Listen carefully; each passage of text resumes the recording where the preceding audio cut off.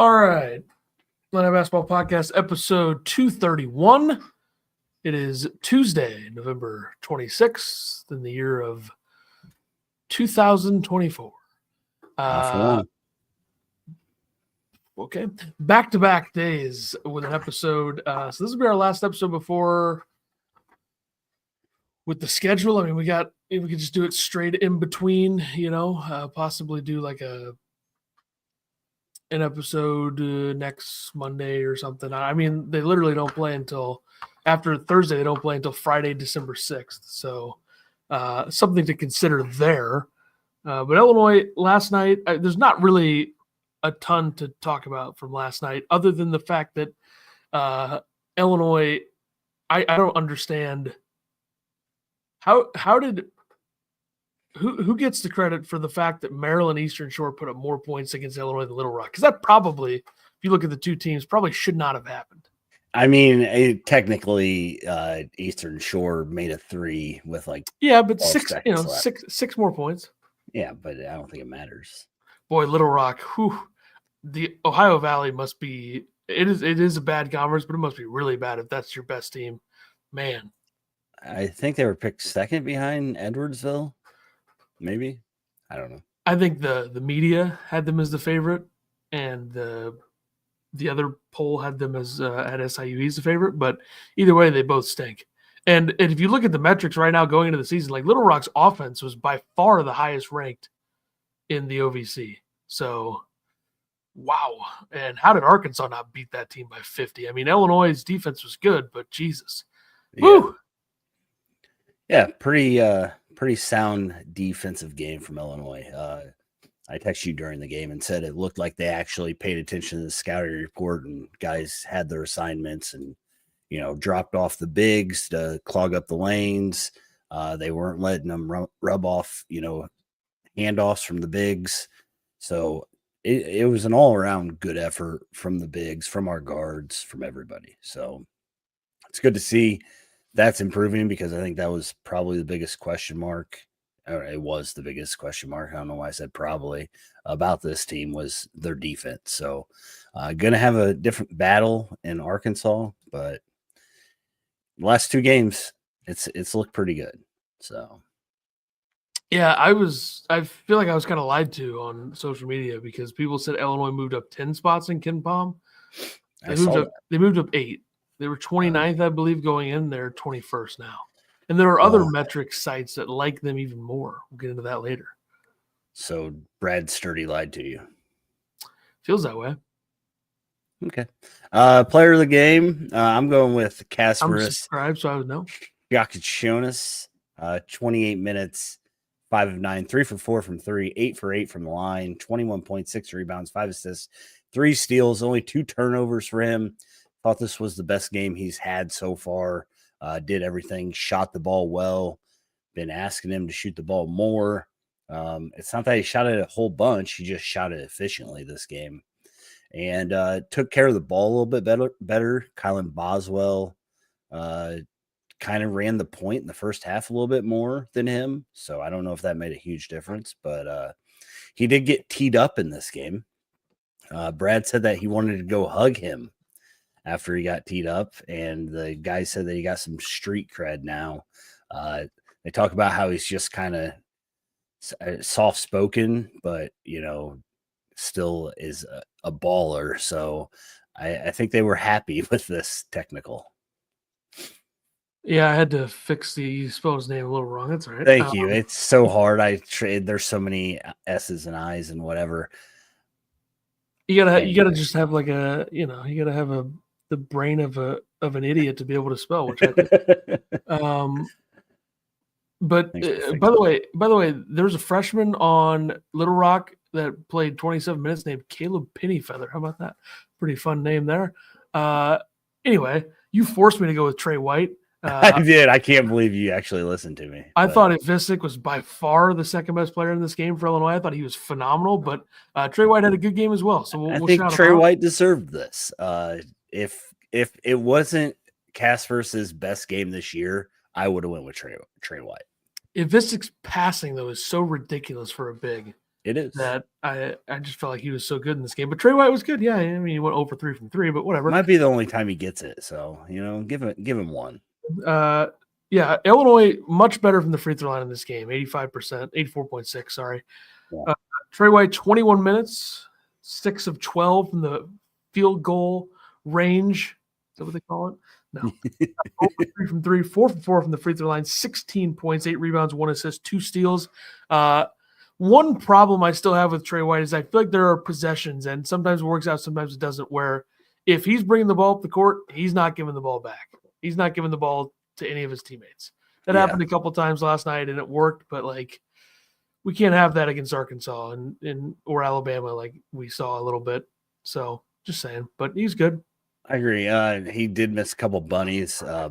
Boswell had 7 assists this game. Probably should have had 9.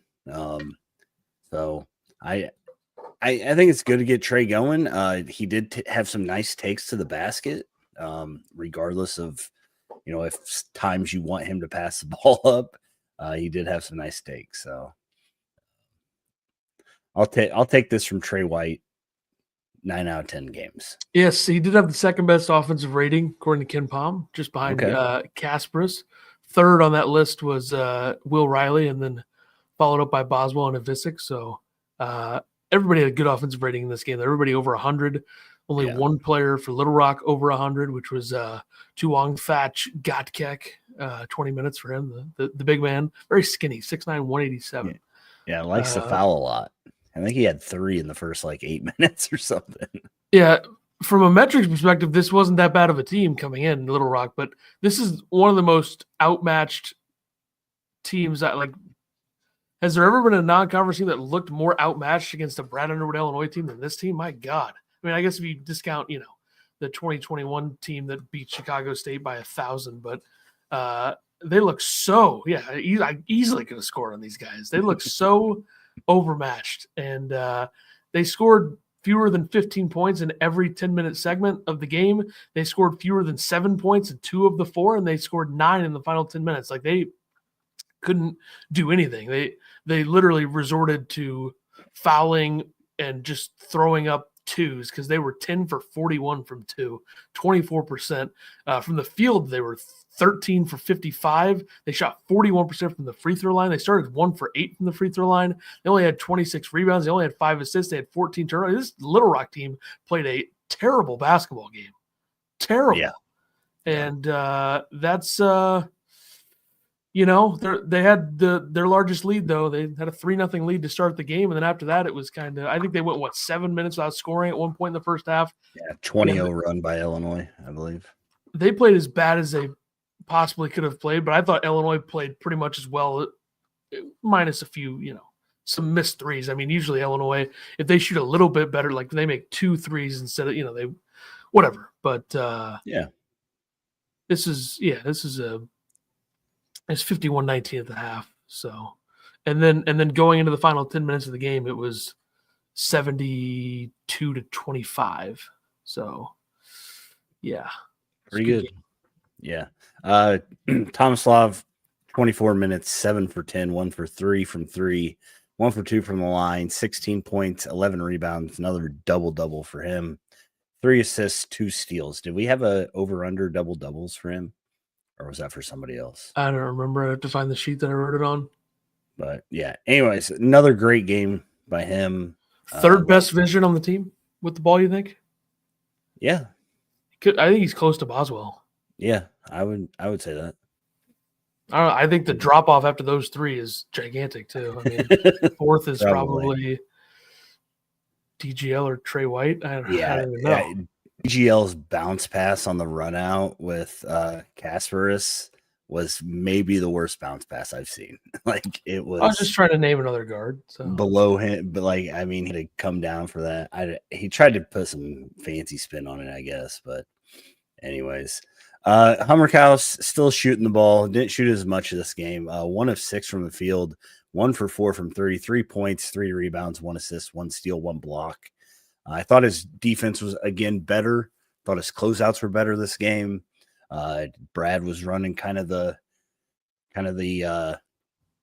lay off the bigs, and I think Hummerkaus was on one of the two that couldn't shoot most of the game. So I think that made a big difference. But another solid game from him, and hope a few more can go down when you're shooting them. But he's saving them for Thursday.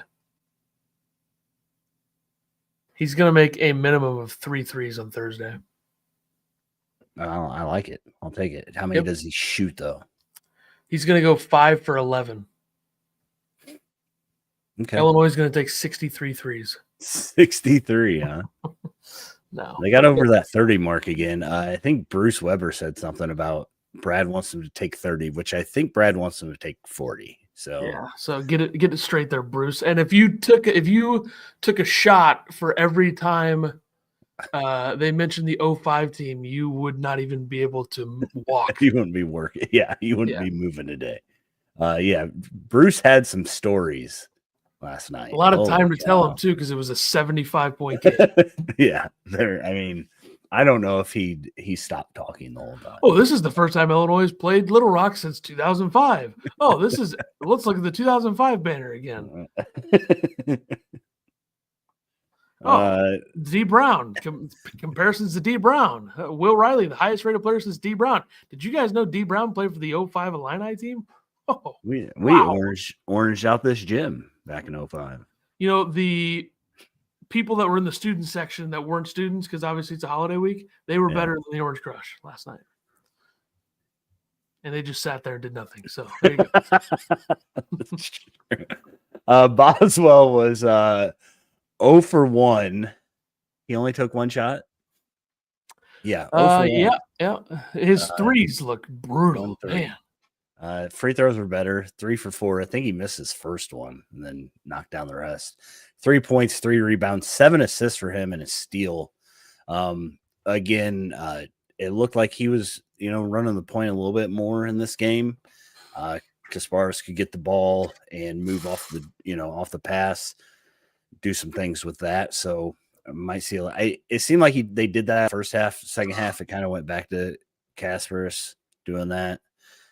Said his name wrong, I'm pretty sure. But anyways, off the bench, Will Riley, 4 for 11, 3 for 9 from 3, 2 for 2 from the line, 13 points, 2 rebounds, 1 assist. Another good game from him. It looked like he was trying to fight for shots a little bit more this game than just taking what was given to him. But again, Brad said, let the guy shoot. So he's going to shoot. Yep. Morez Johnson, 2 for 5, 4 for 6 from the line, 8 points, 11 rebounds, 4 offensive rebounds for him, 1 block. He continues to dominate the boards.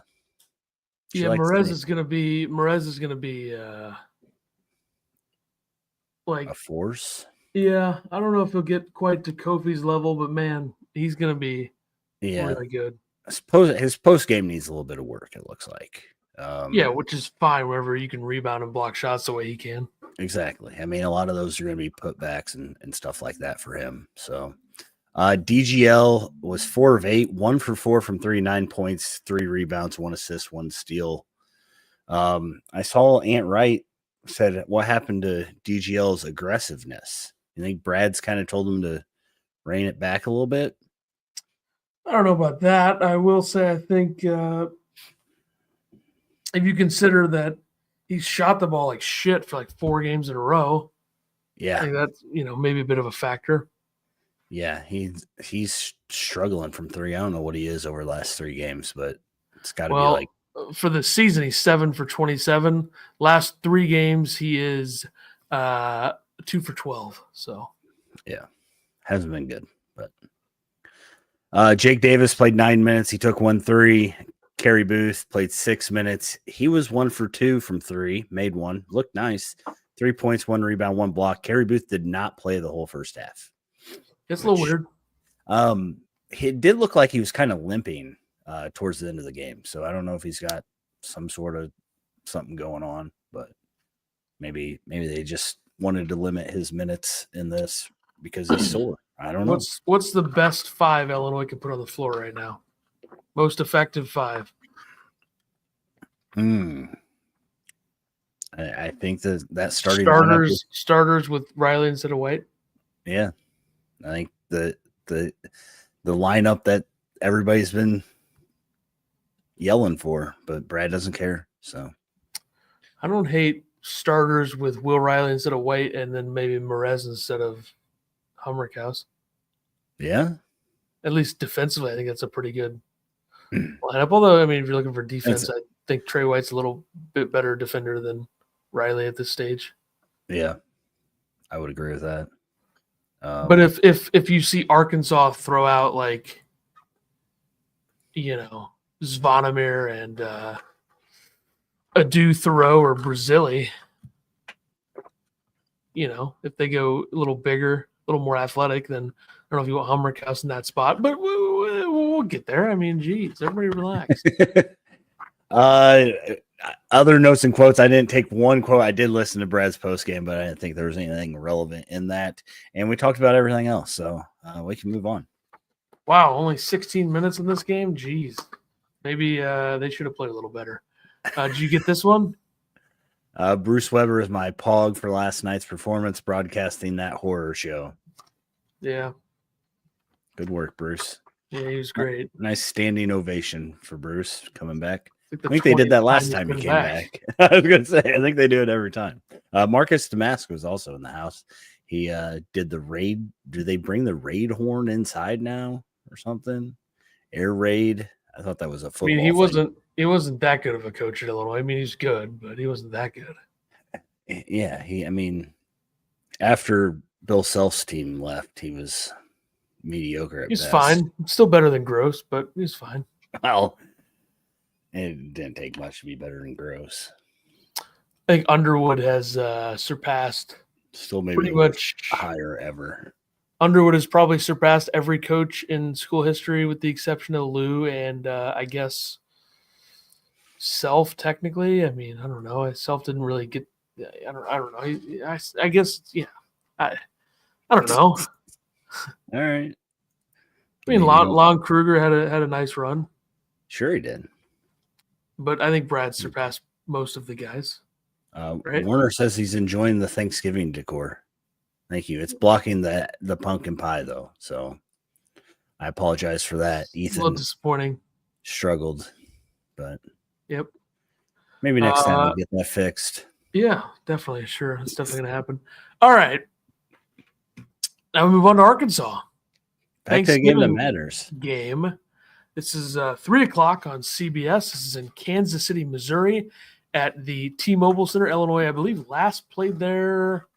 Was that 3 years ago? The Kofi Plummer team that lost to Cincinnati. Oof, I think it was that year. Let's see, and it's not loading. Sweet. Oh, there we go. Yeah, they lost to Cincinnati and then beat Kansas State. Their last two games they played at the T-Mobile Center. Unless they played there since. I don't think they have, though. I don't remember such a thing happening. But another quality SEC opponent on the schedule for the Illini. They got another one after this with Tennessee coming up in a couple weeks. Illinois 0-1 against the SEC this season, losing to Alabama. Arkansas has played one real test and one good, solid mid-major team. I guess two solid mid-major teams this season, but their last three opponents have been pretty not good. I would describe them as. But this is, of course, year one for John Calipari at Arkansas. As I stumble over his name, Jack Calipari. Yeah, that's not what I was going to say. I was going to say Gin. They are 5-1 on the season. Both teams coming in 5-1. They have wins over Lipscomb, who's a solid mid-major squad from the Atlantic Sun Conference. I mean, they're 3-4, but from a metric standpoint, they kept it pretty close with them. They only lost by 16, which it's keeping it close because they got murdered by Kentucky. They lost to Baylor by 5, second game of the season for them. They beat a solid Troy team from the Sun Belt by 16. Troy's probably the second best team, I would say, in the Sun Belt, even though they got killed by Oregon as well. They beat Pacific. They beat Little Rock, the same Little Rock team that Illinois annihilated. They beat them by 12. And then, of course, they had to flex their muscles last night, beating Maryland Eastern Shore by 74 points. So they covered the spread, I think. So Illinois beat Little Rock by way more than Arkansas beat them by, and then Arkansas beat Maryland Eastern Shore somehow, even though Illinois beat them by 47, they beat them by way more than Illinois beat them by. So it all evens out, and now they go head-to-head. As for the Arkansas starters in their game last night, they started Boogie Flan, the freshman, who was mentioned as a possibility for Illinois. That was never going to happen, but it was mentioned when Antigua, left to come to Illinois. Flan was originally committed to Kentucky. He had 16 points, 5 rebounds, 6 assists last night. Ended up 17 points against Baylor. He scored over 15 points in every game this season except for the Troy game. He had 12. Gets a lot of assists too. 3 games this season with 7 assists. He had last night at 6. Then they have John L. Davis. Many would know him from FAU. John L. Davis, a guy Illinois played against last season when he was at FAU. He put up 19 points on 7 of 12 shooting in that game, had 9 rebounds, 4 assists, 5 turnovers. This season hasn't really got it going consistently. I mean, he had 15 points the first game of the season, had 16 last night. So he's looking better, 4 for 7 from 3 last night. So shooting from 3 on the season, now 30%. It was a bit of a struggle, but got it going last night. DJ Wagner, his sophomore season, former 5-star, was at Kentucky last season. He's finding his offensive game. He's got double figures in the last 3 games after starting the season with 15 points total in the first 3 games. He's also a guy getting assists. He had 5 in back-to-back games against Pacific and Troy. He had 3 last night. Gets some steals too. He's got a total of 11 steals in the last 4 games. Then they have Adu Thoreau. I don't know, another Kentucky guy, played 2 seasons at Kentucky. 6'8", 220 junior, plays the 4, had 23 and 8 against Little Rock, had 23 and 6 against Pacific, had 24, 6 and 2 with 2 blocks and a steal against Baylor. So he's had a really good season. He's got 3 Ken Pom MVPs in 6 games for Arkansas, playing a lot more minutes than he played at Kentucky, 70% minutes percentage this season. He played 40% last year at Kentucky. And they got Tomislav's brother, Zvonimir Ivisic. He's off to a great start this year, shooting 69, very nice, percent from 2 and 56% from 3. He's been great. Isn't scoring a ton of points, but he's been very efficient offensively. He gets, he's one to turn the ball over. He had 7 turnovers against Pacific for a 7-2 center. So really? Watch for that. But he was efficient last night. Went 5 for 8 from the field, 3 for 6 from 3. Both these guys can shoot it. I mean, his big game was 19 points against Troy, 6 for 7 from 3. But he doesn't fill the stat sheet the same way that I think his brother is capable of doing. Like, he doesn't get a ton of rebounds. His season high in rebounds is 6, and it was last night. He's at 5 in 2 other games. So he's, he had 27 minutes last night, only had 6 rebounds. That doesn't feel like a lot for a 7'2" big man. But he had 3 blocks. 2 blocks, 3 blocks, 5 blocks, 1 block, 3 blocks. So he blocked some shots. But, similar to his brother, very talented. Be curious to see how they match up. I don't know if they've ever played against each other, at least recorded.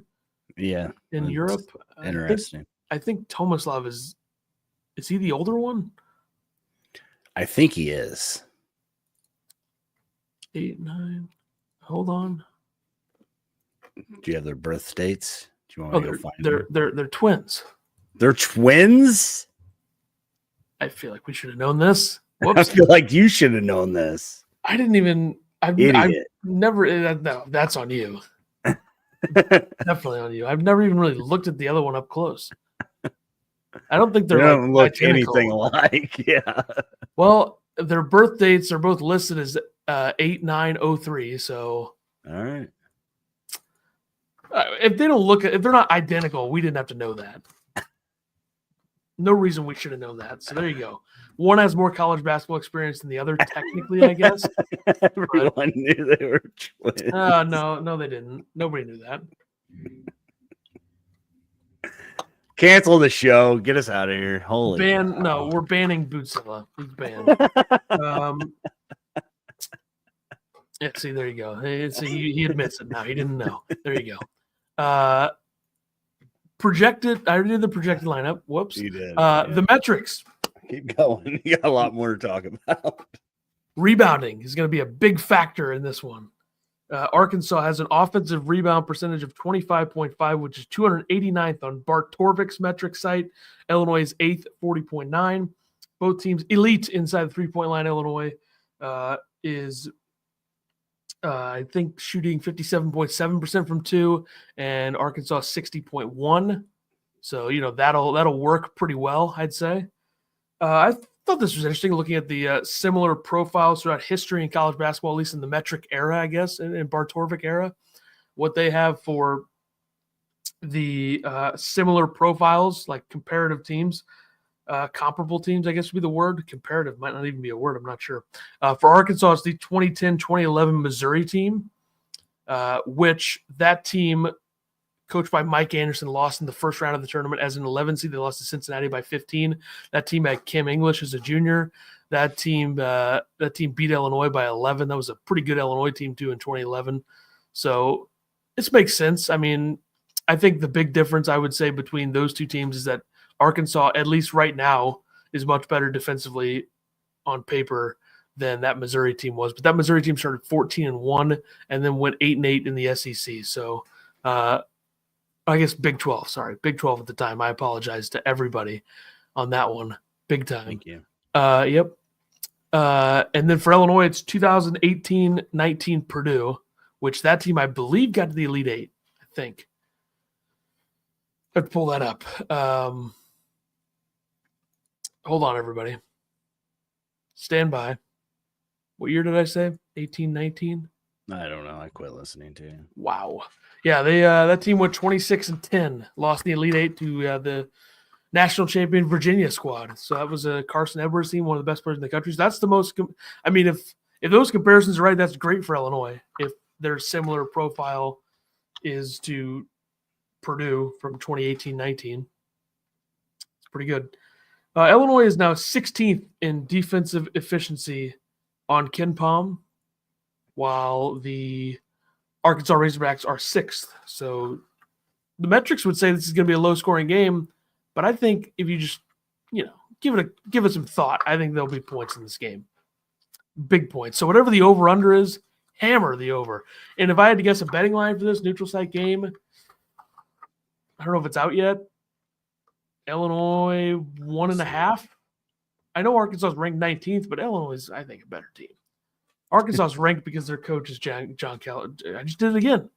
Jan Calipari. If Arkansas is the favorite in this game, they have no respect. None. By the way, I'll also say this about Illinois.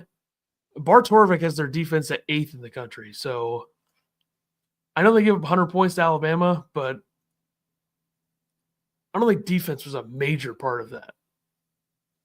Yeah. Like there were some parts early in the game, but that was just the plan not going well. I still think there's work to be done defensively, but the metrics think their defense is elite right now, which points given up, they've given up fewer than 60 in every game with the exception of 2. They've given up fewer than 50 in 2 games, back-to-back games. They given up 74 points the last 2 games. So I know these are not good opponents, but it's definitely helping their defensive efficiency numbers. Got to shoot a little higher percentage from 3, though, I think. Got to get that going. You got to make more 3s. Definitely. Is there a line? I can't find one. You don't even know what you're doing. I don't have like a betting app, and you can't Players look to it watch up on it anyways, right? Players to watch. Yeah, it might not be out yet. It's stupid. I'm going Ben Humrickhouse and Boogie Fland. Humrickhouse, like I said earlier, needs to knock down some 3s. Got to make some 3s in this one.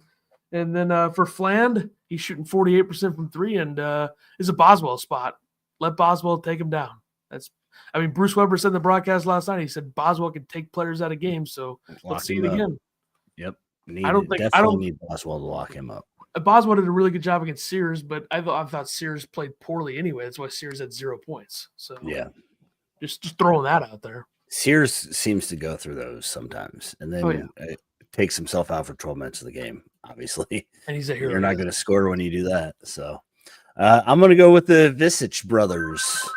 Whoa. Tomislav and whatever you want to, however you want to Zvonimir? Thank you. Have you never seen Die Hard? Big Z, I think they call him over in Arkansas, Kentucky area. Yeah, battle of the twin brothers, obviously. One's right-handed, one's left-handed. We all know which one's left-handed, of course, but Zvonimir is coming off a 14-point game against UMES, like you just said. He went 3 of 6 from 3. Zvonimir? It's Zvonimir. Shut up. He's shooting 56% from 3. He shot 37.5% last year through 15 games. So who knows? 6 rebounds, 2 assists, 3 blocks averaging for him. He's only averaging 12 a game, 4 rebounds, and almost 3 blocks, where Tomislav's averaging 15.5 points per game and 8.7 rebounds per game. I think this is going to be fun. For some reason, Zvonimir is listed as a forward in Calipari's offense, where Tomislav is listed as a center, but I don't know why that matters or why I said it. So, anyways. Yeah. Predictions. I changed mine while we were talking. I got Illinois winning this one 79-76. I do not think that it's going to be as high scoring as I originally thought. Because the defense is so good for Illinois. And you're playing at you're playing at a place that you haven't been to yet. So I think that's going to make a difference. Seems like scoring's tough, when you're in a new atmosphere. So still got Illinois winning this. I did predict them to lose this before the season started. I'm flipping. I got Illinois 83, Arkansas 81. Apparently, ESPN's matchup predictor has Illinois 68% chance to win. Do you want to know what KenPom has set the line at for this game? Yeah, I would love to because we don't have any other lines. Go ahead and guess.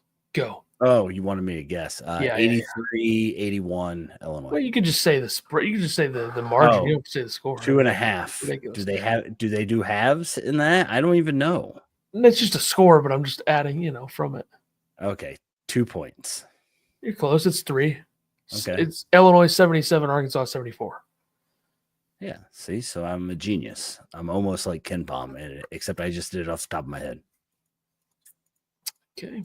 Philip says Illinois 87, Arkansas 75. Eric says Illinois 76, Arkansas 70. So how mad is everybody going to be if Illinois loses this game?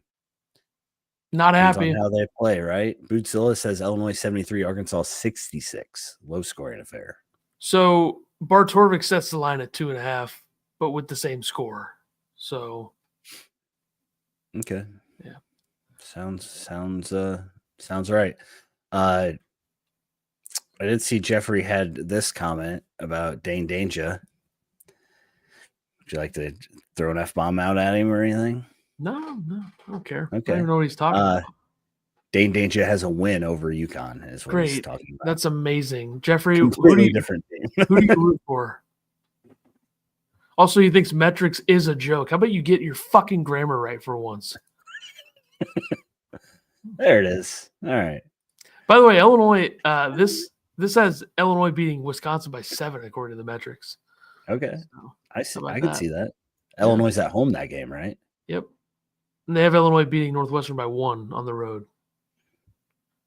I have Illinois losing that game, so Illinois is 21st on KenPom, 15th on Bartorvik. So the metrics, they like this team, which is a good thing.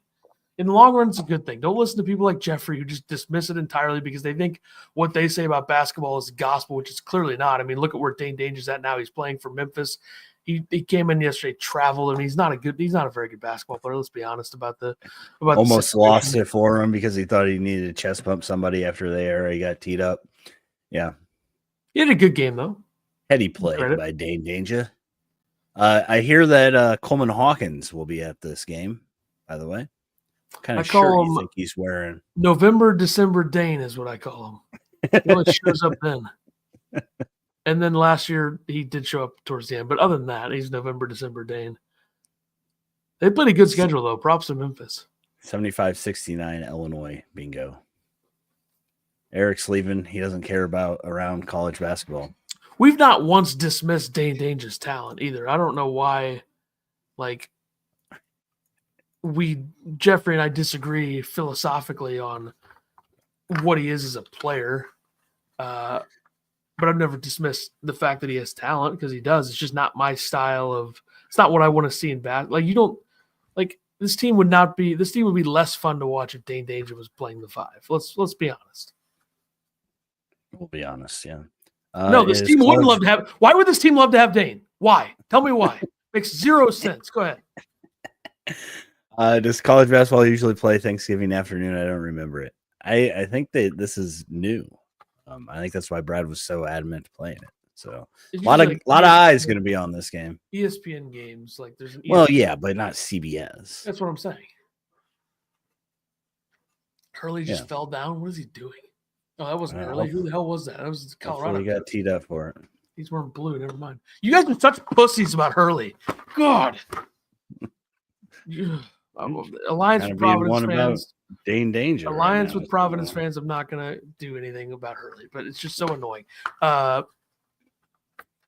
Who's got the ball? I don't know. I think they might have called a foul on UConn or no. Okay. Anyways, unreal start to the Maui Invitational. Is that what it's called? Rest in peace, Bill Walton. Yeah, I was thinking about making another point, but I won't. We don't have to keep talking about it Hurley. It's fine. Yeah, we know. Around college basketball. Well, I just don't understand. Like, whatever. I have a question for people out there, but I won't. It's fine. All right. Colorado's winning. Thank you. I just want to know, like, I don't know. It's fine. Makes more sense to me if it's like, I don't know.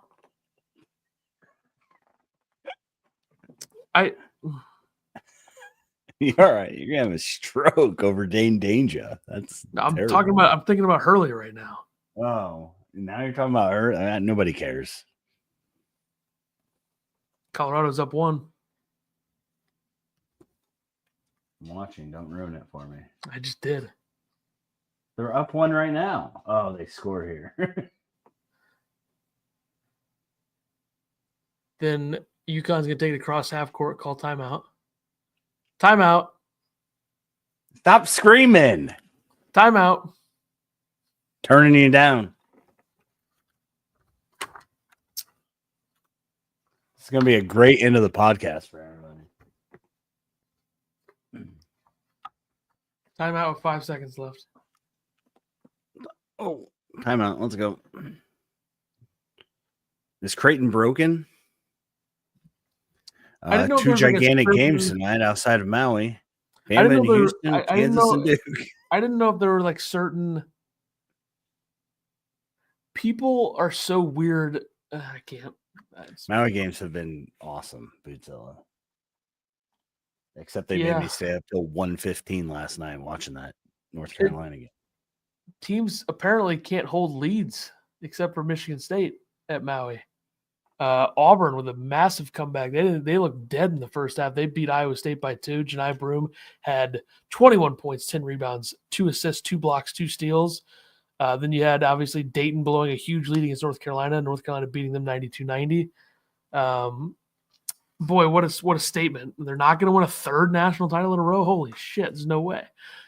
Michigan State handled Colorado by 16. Colorado's played really well today. UConn has a perimeter problem. They got to figure out their guards. That's a problem.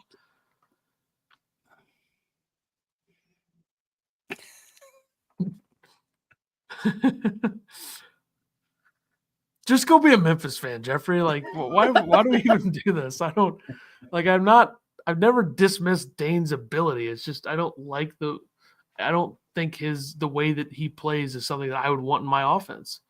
I don't know.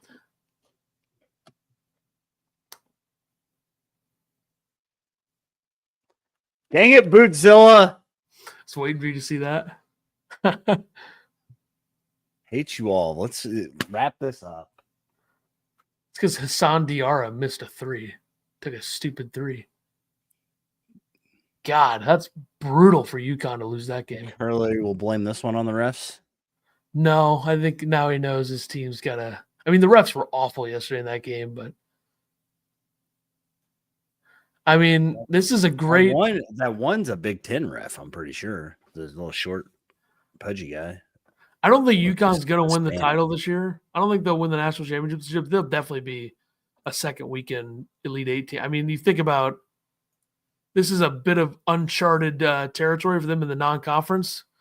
I think they're 37-3 now in their last 40 non-conference games. They went 11-0 in non-conference the year that they won their first title, and then last year they went, I think, 10-1. So these games carry no weight, though. Who cares? Yeah, like they're gonna play Baylor in Stores next week, and they're gonna play Texas on Sunday at Texas. They'll probably win both of those games. They might lose to Gonzaga, but yeah, I mean, they're just trying to figure out who they are. It's pretty much a whole new team. So, Jeffrey, the problem with that is the game has changed, and if you keep doing that, you're not going to win. All right. If Illinois played the way that Jeffrey wanted them to, they would miss the tournament every year, probably. Yeah. You can't play old school basketball and win right now. It doesn't work that way. It just doesn't. UConn won't be in the Sweet 16 this year. I mean, I couldn't disagree more with something than that. That's a bold statement. Yeah. This team's still really talented. They just got to figure out their perimeter, and they got to, just find a go-to guy. I don't know if they have that right now. Caravan's been really good this year, but he wasn't great in these two games. I don't know. I mean, I feel like since I've been a Hurley guy from day one, I have to defend him since everybody's a freak over him, which obviously they should be because he's a freak, but let's not dismiss that he's great for the game. Great for the game. Fantastic for the game. Nobody's ever been better. Okay, what matchup right now would Illinois benefit from playing a bogged down, fat ass, slow offense? The Plumbers offense or whatever. The guys that Wooden's UCLA team was playing against. Go ahead. Anyways. Creighton looks terrible. I mean, Nebraska beats them. They lose to San Diego State today. Yeah. It was tough. Yeah, I quit watching that game. It got so bad. Yeah, they lost by 18. They cannot score right now. Their offense in the last 4 games, really, I mean, they didn't break 80 over Houston Christian and Kansas City. That's not a great sign. This is punishment for having players who hang on for too long. Stephen Ashworth's been playing college basketball for 50 years. Kalkbrenner's been playing with college basketball for 50 years. This is what you get. It's what you get. Impossible because Tennessee's players are too athletic for old school ball that you talk about. I could be wrong. What did Dane do last year against Tennessee? It's not like we didn't play him last year. Yeah. Anyways. Interesting. Dane played 4 minutes, had 2 points, 3 rebounds, a turnover, and a block. I mean, 3 rebounds in 4 minutes. That's pretty good.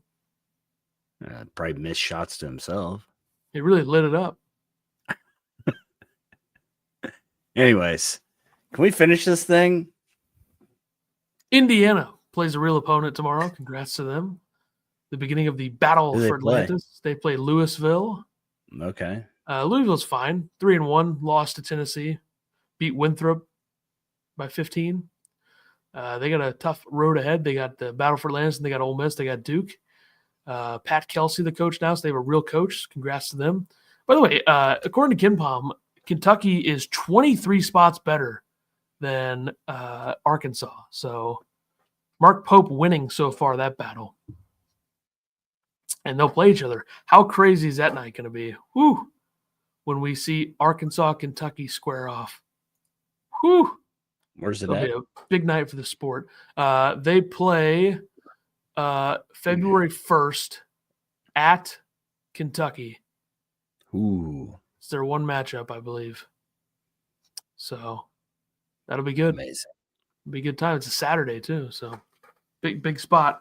And then Rutgers, elsewhere in the Big Ten, Rutgers losing to Kennesaw State. Rutgers is going through it. They don't look very good. They struggled against Merrimack a little bit. They struggled against St. Peter's. They're young. They got to figure things out. They're really not overly talented outside of Harper and Bailey, but losing to Kennesaw State is not great. going to Kennesaw State is weird to me. I respect that, but you can't lose that game. They talked about how it was a homecoming game for Ace Bailey, so I don't know if that was part of the come to us, we'll go to Kennesaw State and play them so your family can come watch or something. I don't know, but him giving up that ball with a chance to win. It could have been a great pass, but you don't throw a full court pass with 4 seconds on the clock. They have zero quality depth right now. Like Jeremiah Williams put up 8 points this game. He's got to score more if he's going to play 20-plus minutes. PJA, same thing. And then Lathan Somerville, who lit up Morez Johnson in state basketball last season. He only had 6 points. Like they had 3 guys in double figures, and that's it. And you're not going to win that way. Now, Dylan Harper, I think, is an extremely talented player. And so is Ace Bailey, but I'm not surprised that Rutgers doesn't look very good right now. I think they can still make the tournament, but right now Penn State looks like a better basketball team. Now, 2 months from now, is Penn State going to be a better basketball team? I'd be very surprised if that were the case. And maybe I'm thinking too highly of Penn State, but they're undefeated and they've blown some teams out. I mean, Virginia Tech stinks this year, but they killed them. They're playing Clemson right now. I mean, Penn State, according to KenPom, is like the 4th or 5th best team in the Big Ten right now. And that shouldn't be that surprising. I feel like I wasn't high enough on them going into the season. They returned a ton of players. They returned Kern, Johnson, Baldwin, Hicks. Remember, Hicks destroyed Illinois. He looks like his offensive game has grown. And, like, Mike Rhodes can coach, and he can coach defense. Like, their defense right now, from a metrics perspective, is not great, but that'll come over time. Their offense is what's been really good so far this season. I don't think there's very many teams in the country that are shooting 60+% from 2 and over 39% from 3, but Penn State is one of those teams. So they've been really, really good. Their schedule is going to toughen up once they get into Big Ten play. They didn't schedule a very good non-conference schedule. I mean, they're playing this multi-team event. They play Clemson, obviously, right now. I don't know what the score is to that game, but then they got Purdue coming up next Thursday in a little bit of Big Ten basketball. So that'll be a big game. Then they play at Rutgers on December 10th. I'll be very curious to see that matchup there, see if Rutgers can get it going. I mean, schedule-wise, they got Alabama coming up on Wednesday, and then they play Ohio State, Penn State to open up the Big Ten schedule, which that looks a lot harder right now than it did before the season. Ohio State, 14th. In the country on KenPom, Penn State 32nd. I know it's metrics, it's not the end-all be-all, but both of those teams look very, very good. So Rutgers, we'll see. I mean, I don't know. I mean, Rutgers has a back-to-back Ivy League showdown coming up on the 21st and the 30th. They got Princeton and Columbia, so big matchups there. Yeah. The class of the Big Ten right now, according to the metrics, is basically Purdue, Ohio State, UCLA, Wisconsin, and Illinois is the top 30 teams in KenPom. And then just outside the top 30, Penn State, Michigan State, Maryland, Oregon. So, and Michigan's 29th. I apologize to Michigan. But the Big Ten doesn't have that really, really elite team, that team that we're like, oh, Final Four possibly. But I think they have a lot of good teams. Yeah, I think this. And they have teams that are way overrated by the metrics. A little bit different too, you know. Yeah, like last year, the Big Ten had a lot more to build on. Yeah, last year the Big Ten had Illinois and Purdue were top 3 seeds, and then Wisconsin was an overrated shit 5 seed that lost to James Madison. That team stunk. Nebraska was a cute little fun story. Northwestern was good, but they had injuries late. Michigan State their roster's always not as good as everybody thinks. Let's be honest. Now, I'll be curious to see them today. Michigan State plays Maui. They play Memphis. So that's going to be – I don't know if Michigan State can handle that perimeter. Michigan State's defense has been the best part of their team so far. They held Colorado 56 yesterday. I don't know if their perimeter can handle Memphis's perimeter, because Memphis's perimeter is like top 5 in the country probably, because you have PJ Haggerty, who's a big-time scorer at Tulsa last season. You have Tyrese Hunter, who's playing his 8th school in 8 years, and is just – when he gets hot, I mean, I don't even know what to do. He's shooting 53% from 3. That's going to slow down, but he's made a ton of threes. And then Colby Rogers from Wichita State, he put up 19 against UConn yesterday. So that perimeter, whoo, watch out. It's gonna be a big game. Now that game is when 5:00 our time, so it should be next. Yeah, that's the next game. So that'll be good. Yeah. All right. Any other thoughts from the chat or from you? Anybody? No. I don't know. That was. If you guys made it this far, make sure to like and subscribe. What's this? We appreciate you. Yeah. Have you been listening to the episode? I referenced that earlier. Go back and listen to it. Rewind. All right. They played 5 out the whole damn game. Where did 5 out get them last year, Jeffrey? Where did they get them?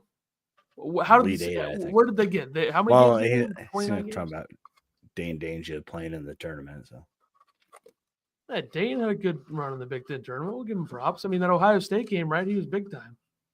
Yeah. And then what did Dane do against UConn? I mean, nobody played well, but what did he do? Yeah, I think 0 for 3. Got smoked. Crazy he went to go come off the bench somewhere else, but Damask had a phenomenal game against UConn last season compared to everybody else. Jeez, he was great. Anyway. Man, that was such a bad performance. Actually, Amani Hansberry was great too. Amani Hansberry is way better than Dane in that game. Of course, it's probably garbage time, but still. What an end to the Illini career for Amani Hansberry. Great finish. 8 points. Made a couple threes. 8 points is like the second leading scorer. Great question. Thanks for asking. Not good. Are they not good? They're 3-1. Lost to Pitt by 24. They play Gonzaga tomorrow. Neutral site. They're going to get destroyed in that game because Gonzaga's got a much better defense and a much, much better offense. Gonzaga, the number 1 offense in the country right now, according to the metrics. I mean, but at least Amani and Sincere went somewhere where they were going to start. So, yeah, but Hansberry or Danger went to a good team and a good team where he's going to play, 15 to 18 minutes a game. Yeah, and Illinois played both styles at times. Like, I don't. Are you like? It's almost like he's accusing Brad of something when Brad's the most adaptable coach in the country. I think he just wishes Dane was still on the team. Like Tomislav and Merez weren't just going to take all his time up. Like he made a business decision. Just like what transpired a few weeks ago. You got to get over things, okay? And Jeffrey, I'm sure he's struggling to get over things, but he's got to get over something like this. It's a reference to the Wednesday night shows. All right. Should have kept feeding Damask in the second half. That's true. That's very true. All right. We'll be back in the next couple of years, I suppose, at some point. At least you got us back to back before we're gone for a week. So, but we got, Twitter, follow us there. Shout out to the Providence fans who've been following us recently. Seems like it's really, really going well. I apologize for accidentally posting the Providence pullover on Cooley in the first clown thing. I fixed that. I apologize, but seems like we're all good. Happy Thanksgiving, everybody. Thanks for stopping by today. Hope you guys all eat too much and are miserable during the Illinois game. Why they win. So yeah, and you don't have to watch Cowboys Giants. So congrats to people who don't want to watch that trash. So all right, let's see everybody whenever, I don't know, just follow the Twitter at Podcast Line. There'll be a lot of updates over there during the game and throughout the week. Have a good one, Jeffrey. It's always good. See you, Jeffrey. Yeah, have a great Thanksgiving. We'll be back at some point. Goodbye.